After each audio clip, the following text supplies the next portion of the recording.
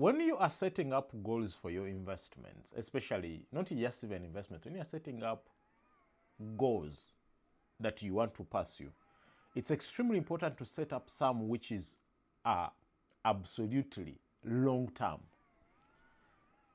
Something that which you would want to call a vision. To so many of us men, we have come to define some of that as a legacy.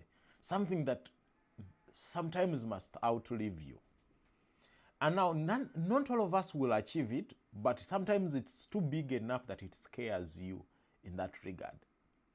But there is no way you're going to set up that legacy, that building, that vision that is so long enough that you won't set up short-term goals, the 2-year goals, 3-year goals, 5-year goals. I always find a challenge that many times people set up the 3-year goals, the short-term 5-year goals, 8-year goals, and when they achieve that, they enter into celebratory mode. Not that you shouldn't celebrate, but maybe you dreamt short term, you dreamt little, you under-dreamt, right? So the best way I would put it, right? When you have a short-term goal, that's good, that's a starting position. But I would rather you start getting a much bigger vision, a much bigger goal, like I said to the men, there is that legacy you want to leave, that name, that everything. And these days it's about money. No one remembers you lately without money. No one will remember you when all you did was like, oh, I breathed, you know. So when you have that, sometimes you're going to define it like in 30 years from now. You're going to define it in maybe 50 years from now. I'm telling people these days when I'm talking to clients, can we sit down and come up with something that in 30 years from now, you can easily be like, perfect. I've achieved this, or I've tried achieving this. I might not have achieved it, but my kids will go on to achieve it.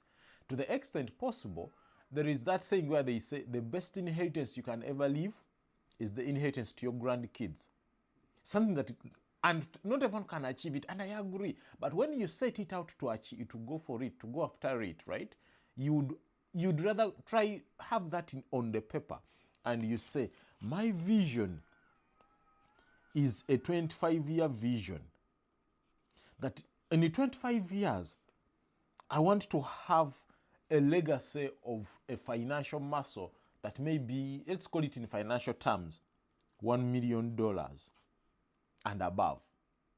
Now that's 25 years from now. For someone who is 30, you have thrown it when you're 55. Now 55 looks like it's far away, but when you look at 55-year-olds, they are not that old these days. They are 55-year-olds are like the new 40s or 45s, you know? So 25 years from now, then you're like, I need to have that $1 million.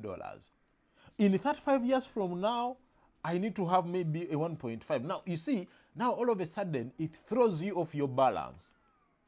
Because it's now bigger, it's now scarier, it's now harder to achieve. But it's big. Then after that, but no one sets up a vision. Even when we are doing strategy, corporate, I help these days companies to come up with strategies and visions and structure their culture around that, right? No one builds that big vision and they don't come up with a strategy and short to medium term goals to achieve them. Now, we've talked, let's assume $1 million. Then you come back and be like, you know what? But in 2 years, I must measure it. In 2 years, I must be here. In 3 years, I must be here. In 5 years, I must be here. 8 years here. That every single 2 years or every single year, you can measure your progress and you say, have I achieved this? Have I reached here? Have I reached here? That way, you can even track your progress for some bigger goal. Mid-term here, you will still celebrate. The 8-year goal you have will become part and parcel of the bigger vision of your family. But when you achieve it, it's not like you are not going to be like, oh my goodness, we have achieved it, because you have a long journey to go.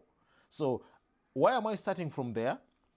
Is to recalibrate a mindset when now after you go back and think about like, wait a minute. I have an 8-year goal. I'll be what? 38, 40? What about it 55? Should I wait for that goal to set it when I'm 40? No, you set it now and try going after it, right? And you set it big enough, challenging enough, hard enough, to be in a position to challenge you on how you do things. And just these few years, every single year, you sit down as a family, you bring your wife, you say, how far have we achieved this?